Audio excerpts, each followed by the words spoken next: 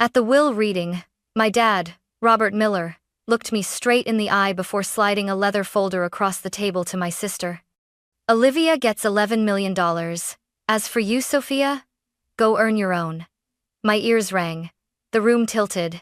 Everyone's polite murmurs turned into a suffocating silence that pressed against my chest. I wanted to shout, but before I could, the family lawyer, James Carter, cleared his throat and lifted a sealed envelope. There's something from your grandfather, Henry Miller. Something he insisted must be read aloud only when Sophia was present. My mom, Karen, shifted uncomfortably. My sister smirked, twirling the diamond bracelet she'd flaunted since morning. And then James began to read the first line. The words struck like thunder. My mother's face drained of color, and she suddenly screamed, shattering whatever illusion of control the Millers thought they had. When the meeting finally broke apart, I drove straight to the ranch house where my grandparents had lived all their lives. The place looked smaller than I remembered, its paint peeling, the porch sagging under years of neglect. Yet the faint jingle of the wind chimes still echoed, the same sound that once meant safety, summer nights, and Henry's laughter drifting across the fields. Now it felt hollow, like a memory I wasn't supposed to touch. I hadn't been back in over a year, not because I wanted distance, but because I was told there was no one left to visit. So when the front door creaked open and Margaret Miller, my grandmother, appeared in the doorway, I froze. Her eyes were sharp, her arms crossed. "So, you finally decided to show up?" she said coldly. The words stung worse than any slap. My voice cracked. "Grandma, what's going on? I was told you were in a nursing home, that you and Grandpa—" She cut me off, raising a trembling hand. "Your grandfather called for you, Sophia. Over and over, on his deathbed. He asked for his little scientist. But you never came. You never answered." The air left my lungs. "That's not true," I whispered, stepping forward desperately. "Please, let me see the number he was calling." Margaret hesitated, then disappeared inside. Minutes felt like hours until she returned with a worn notepad. She shoved it into my hands. My chest tightened the moment I saw Henry's handwriting, familiar and steady. But the number scrawled across the page wasn't mine. Not even close. "This isn't my number," I gasped. "I've had the same phone since high school." Her brows furrowed. "Robert told us you changed it when you went to college. That you didn't want to be bothered. That you were ashamed of us." My knees buckled. I clutched the porch railing for support. "No, that's a lie. I came home last spring break. I came here. Olivia was standing right there on the porch. She told me no one was home." Margaret's face paled. "We were here. We've always been here." "Sophia, are you saying—" "They lied to me," I hissed, fury burning through my chest. "Dad, Mom, Olivia, they cut me off from you on purpose. They even told me you and Grandpa had been moved to a facility in Cedar Ridge, that visitors weren't allowed because of quarantine." Margaret stumbled back, her lips trembling. "They said, you didn't want us anymore. That you had a new life." A bitter laugh broke from me, sharp and shaky. "I never said that. They wanted me gone, and because of them I never got to say goodbye to Grandpa." Her knees weakened, and she collapsed into the porch swing, clutching her chest. "They told everyone, you didn't come to the funeral because you didn't care." Tears blurred my vision. I would never miss his funeral. Never. He was the only one who believed in me. The porch fell silent except for the rustling trees, whispering secrets neither of us wanted to hear. Margaret wiped her face with the corner of her sleeve. When she looked back at me, her expression had changed. The cold suspicion in her eyes was gone, replaced by something heavier regret mixed with fury. Without a word, she walked into the living room and reached for the old rotary phone hanging on the wall. Her fingers trembled slightly, but when she began to dial, her movements were deliberate, each click of the dial echoing like a drumbeat in my chest. "Who are you calling?" I asked, stepping closer. She didn't answer until the line clicked. "Robert, Karen, and Olivia. All of them. They're coming here tonight." Her voice cut like steel. I froze. "Grandma, are you sure?" "I'm sure," she said firmly. "It's time this family faced the truth. Your grandfather left instructions with his lawyer, James Carter. He'll be here too." The thought of seeing my parents and Olivia again made my stomach twist. I pictured Dad's cold eyes, Mom's fake smile, Olivia's smug little smirk when she waved that check at me earlier. Every nerve in my body screamed to run, but I couldn't. Not anymore. An hour later, Margaret insisted I wait in the kitchen when the first knock rattled the front door. "Stay there until I call you," she ordered, placing a gentle but firm hand on my shoulder. I obeyed, settling into the small wooden chair by the kitchen table, the same table where Grandpa used to sip coffee while I showed him science clippings from the newspaper. The memory stung, raw and fresh, but it gave me strength. From the other room, I heard voices filter in one by one. My mother's overly cheerful tone, sugar dripping from every syllable. "Oh, Mom, what a surprise invitation." My father's practiced politeness followed. "Helen, it's been too long." Then Olivia's sigh, loud and theatrical, like she was bored already. Finally, silence. The kind of silence that comes before lightning splits the sky. Then Margaret's voice, sharper than I'd ever heard it. "Please everyone, sit down. James Carter will be here shortly." I gripped the edge of the table, heart hammering. I could imagine the living room. Dad straightening his tie, Mom fussing with her bracelet, Olivia tapping her nails against the armrest. All waiting, all so sure they were in control. But they weren't. Not this time. The doorbell rang again, and I heard Margaret greet him. "James, thank you for coming." The deep baritone of the lawyer carried through the walls. "Of course, Mrs. Miller. I believe Henry wanted certain matters addressed, in front of the entire family." A chair scraped, followed by the sound of papers being shuffled. My pulse quickened. This was it. Whatever secret Grandpa had held back all those years was about to explode right in the middle of the people who had stolen everything from me. I closed my eyes, whispering under my breath, "Don't let me break, Grandpa, please." I heard the sound of a briefcase snapping open, the rustle of thick paper being drawn out. Margaret's voice cut through the tension like a blade. "Now that everyone is here, we can begin." My pulse thundered in my ears. I stepped out of the kitchen when she called my name. The room fell silent as all eyes locked on me. Dad's face went pale. "Sophia, what are you doing here?" Mom's fake smile faltered. We thought." Olivia's lips parted in disbelief. "You weren't supposed to be here." I held their stares, refusing to shrink back. Margaret motioned to the couch. "Sit." The lawyer, James Carter, adjusted his glasses and began reading from the will. His voice was calm, deliberate, every word deliberate enough to slice through stone. "To my beloved wife, Margaret Miller, I leave our family home and a financial provision for her care." Grandma nodded silently. No one else dared to move. "To my granddaughter, Sophia Miller, I leave the newly constructed research facility at Pine Ridge, including all laboratory equipment, intellectual property rights to any projects under my sponsorship, and full funding for its continued development." The air in the room cracked like glass under pressure. My father inhaled sharply. My mother's eyes twitched. Olivia shot up from her chair so fast it screeched against the wooden floor. "You've got to be kidding me!" she shouted. "The whole facility? The lab? That's supposed to be mine." James ignored her, continuing in the same steady tone. "The remainder of my estate, including accounts and investments, shall be divided equally between my two granddaughters, Sophia and Olivia Miller." The silence that followed was deafening. Olivia's face turned crimson. No, this is insane." "Dad, Mom, you promised me everything. You said if I played the perfect granddaughter, if I visited him, smiled at him, he'd leave it all to me." Her voice cracked, raw with fury. My stomach turned. So it had all been an act. Every fake smile, every rehearsed word by her bedside, it was all to win a fortune. Dad raised his hands, trying to calm her. "Olivia, lower your voice." But she wasn't listening. She jabbed a finger at me. "Why her? She wasn't even around. She didn't care. She abandoned him."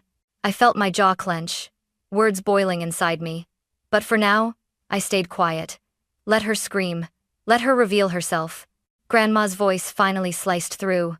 "There's more," she said coldly, pulling out a folded letter from the drawer beside her. "Henry left this for Sophia, to be read aloud." Olivia's eyes widened. Dad stiffened. Mom's hands trembled in her lap. James carefully unfolded the letter, the yellowed paper crackling under his touch. My heart pounded as he began. To my dearest Sophia.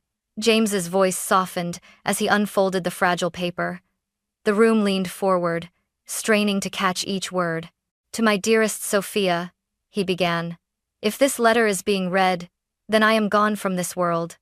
But I hope these words remind you that you were never invisible to me. My throat tightened instantly. You were always different, James read on.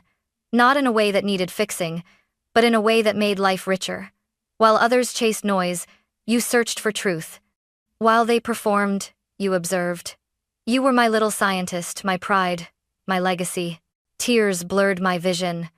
My mother shifted in her seat, arms crossed like a shield. My father's jaw flexed. Olivia rolled her eyes but said nothing. I remembered being 7, clutching a notebook on the porch, timing how long it took rainwater to fill a glass jar.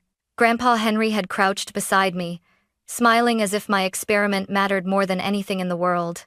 James's voice pressed on. I watched you grow up with questions no one else wanted to answer. I saw how your joy dimmed every time your mother brushed you off, every time your father changed the subject. I saw how they poured all their attention into Olivia, while you built your own path in silence. Grandma Margaret's hand reached for mine. I gripped it tightly. I don't blame your sister entirely, James continued, reading Henry's words. She played the part they gave her. But you, Sophia, you wrote your own script. That courage made me proud beyond words. A sob tore out of me before I could stop it. I remembered the night I'd won the regional science fair, standing with a trophy in my hands, unsure whether to be proud or ashamed. My parents hadn't shown up. They'd been at Olivia's rehearsal instead. I asked Grandpa if we could hide the trophy under my bed so my parents wouldn't look at me like I was a stranger, and he'd nodded, his eyes heavy with sorrow. James's voice grew quieter. You deserved recognition, warmth, a space to be exactly who you are. I can't rewrite the past, but I can build your future. That is why I left you the lab. Because you are not a mistake. You are the miracle our family never understood. The words hit me like thunder rolling across the plains. My chest heaved as I fought back sobs. Across the room, Olivia's face hardened, crimson with envy. My mother looked away, her lips pressed tight. My father's hands clenched into fists, knuckles white. I whispered to myself, almost too softly to hear. He saw me. He always saw me. The letter trembled in James's hand as he folded it shut. The silence that followed was unbearable, thick with all the years of lies and neglect suddenly dragged into the light. Grandma finally spoke, her voice steady as stone. Now the truth is out. What happens next is up to all of you. The letter barely left James Carter's hands when Olivia exploded. This is ridiculous, she screamed, shooting up from her chair. Her fists slammed against the table so hard a water glass toppled and shattered on the floor. Why should she get anything? She wasn't even here when Grandpa was sick. I was the one visiting him, smiling, listening, playing the perfect granddaughter. And this is how he repays me? My chest burned. I rose slowly, my chair scraping the wooden floor. The perfect granddaughter? I said quietly, but my voice carried like a whip. You mean the actress? You never cared about him, you cared about the payday. Her head snapped toward me, eyes blazing. Shut up, you don't know anything. I know plenty, I shot back, my voice trembling but fierce. You lied to me. You told me no one was home when I came to visit. You stood on that porch and looked me in the eye, and you shut me out. Grandpa thought I abandoned him because of you. For a second, Olivia faltered, her lips twitching. Then she pointed at me like I was poison. You're lying. You're just trying to steal what's mine. I laughed bitterly. Steal? No, Olivia. It was never yours to begin with. Enough! My mother's voice cracked like a whip. She stood abruptly, her hands trembling but her tone sharp. Sophia, stop lecturing your sister. You don't understand the pressure she's been under. You don't know the sacrifices she made. My hands curled into fists. Sacrifices? I barked out a hollow laugh. Like what? Pretending to care? Smiling on command? You call that sacrifice? Try growing up invisible in your own home. Dad finally stood, adjusting his shirt collar like he was preparing for a boardroom negotiation. His voice was smooth, calculated. Sophia, let's be reasonable. You've already had your education paid for. The science camps, the competitions, the travel, you know how much that cost us? Isn't that enough? My blood boiled. Enough? My voice cracked, and tears burned in my eyes. You didn't pay for any of it. Grandpa and Grandma did. Every camp, every trip, every piece of equipment, I saw the checks. It was them, not you. Dad's face tightened, but I pressed on, louder now, my words tumbling like fire. You didn't support me, you tolerated me. And you only tolerated me because Grandpa believed in me when you didn't. Don't you dare stand there and pretend you gave me anything. The room vibrated with tension. Olivia's breathing was ragged, her fists clenched. Mom's eyes darted between us, desperate to hold her crumbling mask. Dad's calm facade fractured, his lips twitching. Family means sacrifice, Mom snapped, finally. And if you want to honor your grandfather's memory, you'll sign over your share. Olivia needs this more than you do. Her words cut through me like a blade. My chest heaved, but I refused to cry. Instead, I straightened my shoulders, feeling Grandpa's presence behind me, his words echoing. You are not a mistake. You are a miracle. I will not sign over anything, I said firmly, my voice low but steady. This isn't about money. This is about truth. Grandpa trusted me. He built the lab for me, and I won't let you twist his legacy into your transaction. Olivia let out a bitter laugh, her voice cracking under the weight of her rage. Transaction? You think you're better than me? You've always thought you were better. That's why nobody wanted you around. That's why you don't belong here. I stared at her, at all of them, the family that had twisted love into power, that had built a wall between me and the only man who ever believed in me. My heart pounded, but for the first time in years I wasn't afraid. You're right, I whispered. I don't belong here. Not with people who traded love for greed. The words hung in the air, heavier than the silence that followed. The silence after my words was suffocating, thick enough to choke on. Olivia's chest rose and fell in sharp bursts, her nails digging crescent moons into her palms. My father stared at me like I was an enemy across a battlefield. My mother's lips trembled, but her eyes blazed with resentment. And then Grandma Margaret rose from her chair, slowly, deliberately, her frail hands gripping the armrest for balance. She looked smaller than she once had, but her voice when it came was thunder. How dare you, she said, each syllable like a strike of lightning. How dare you stand in this house that Henry built and speak of sacrifice? Robert blinked. Mother, please. No. Margaret's hand slammed against the wooden table. The sound cracked through the air. Do not mother me, Robert. You deceived your father. You lied to him while he was dying. You told him Sophia wanted nothing to do with him. You stole her from his last days. Karen stood quickly, voice trembling with feigned dignity. We did what we thought was best. She was always difficult. She needed distance, and Henry— Don't you dare use his name as a shield, Margaret snapped, her eyes like steel. You poisoned his heart with lies. And you— she turned toward Olivia. You played along. You wore your smiles, you said your lines, you begged a dying man for his favor. That was not love, that was a transaction. Olivia's face twisted, but words failed her. You all should be ashamed, Margaret continued, her voice cutting through every excuse, every mask. Ashamed that the only one who honored Henry's love was the very girl you tried to erase. My chest tightened, tears welling in my eyes. I gripped the edge of my chair, afraid if I let go I would collapse under the weight of it all. Robert's composure cracked. His voice sharpened, desperate. We are family, Mother. Family means forgiveness.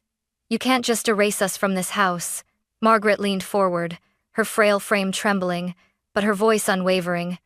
You erased yourselves the moment you betrayed Henry, the moment you betrayed Sophia. You don't get to speak of family. Not anymore. Karen's eyes widened, panic flashing. Helen, Margaret, she corrected coldly. You lost the right to call me anything else. For a heartbeat, no one moved. Then Margaret straightened, her voice calm but deadly. Leave, all of you. You are not welcome here. The room froze. Robert scoffed, trying to gather dignity.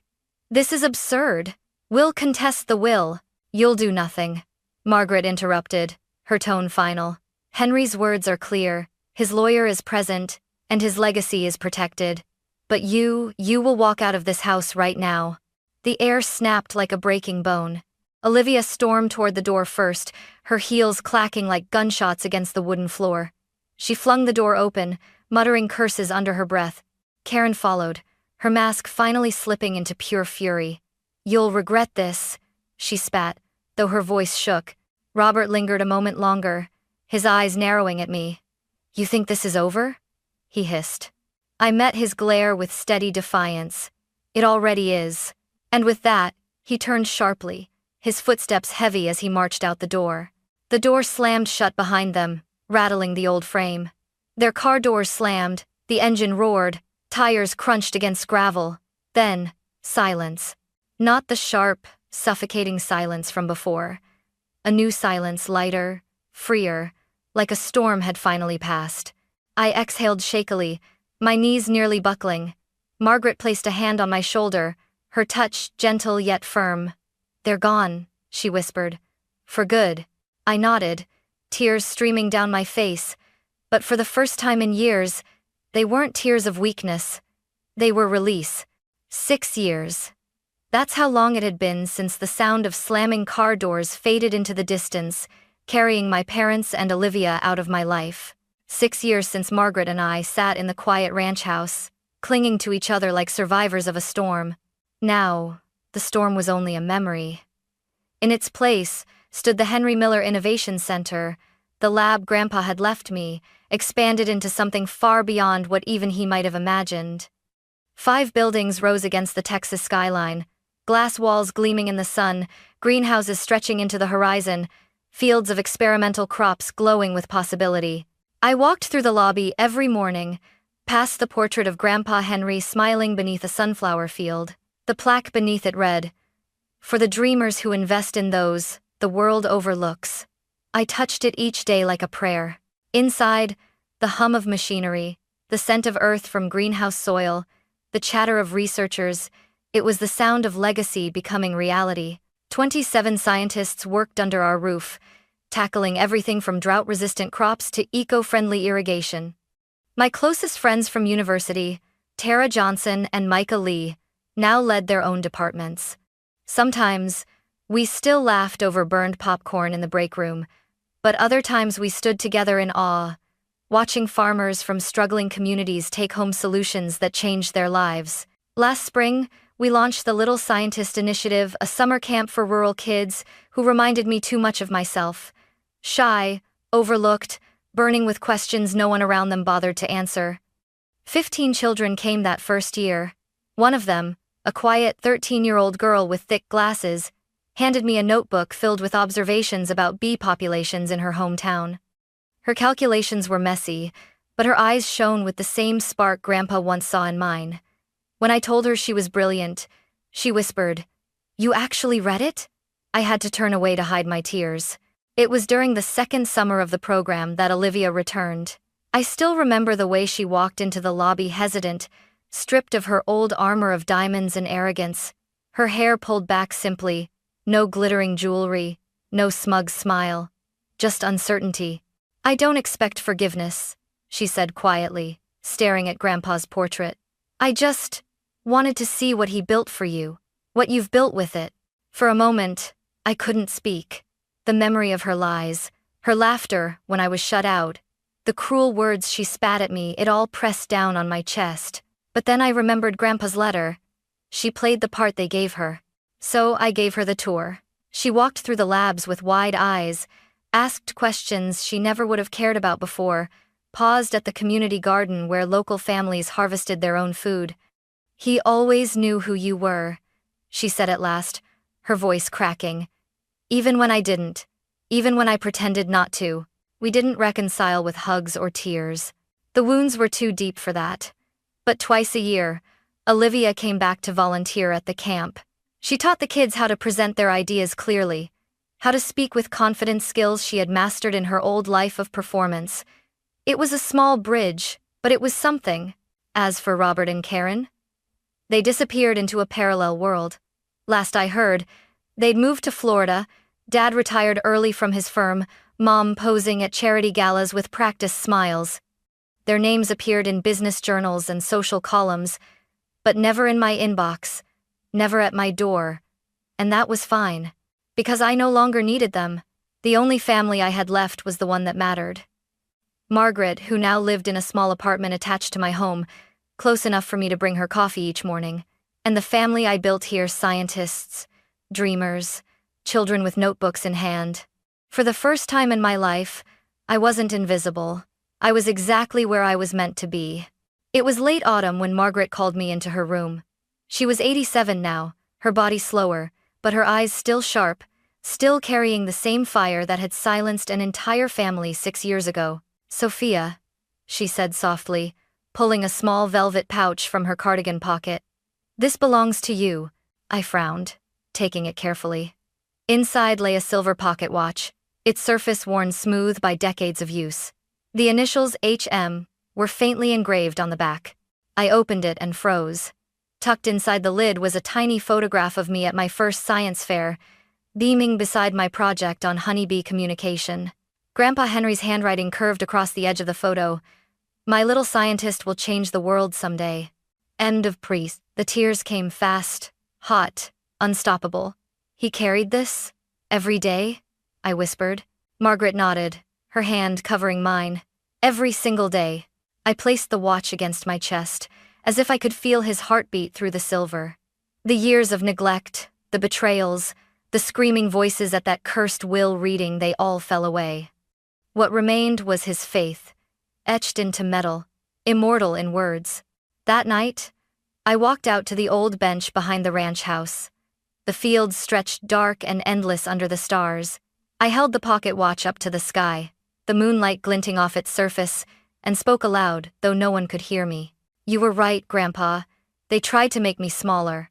But I grew anyway, and now I will make sure no child ever feels invisible again." The wind rustled through the trees like a quiet answer. For the first time in my life, I felt whole. Not because of the inheritance, not because of the lab, but because I finally understood. Legacy isn't measured in money or titles, it's measured in belief. And Henry Miller had believed in me enough to change everything.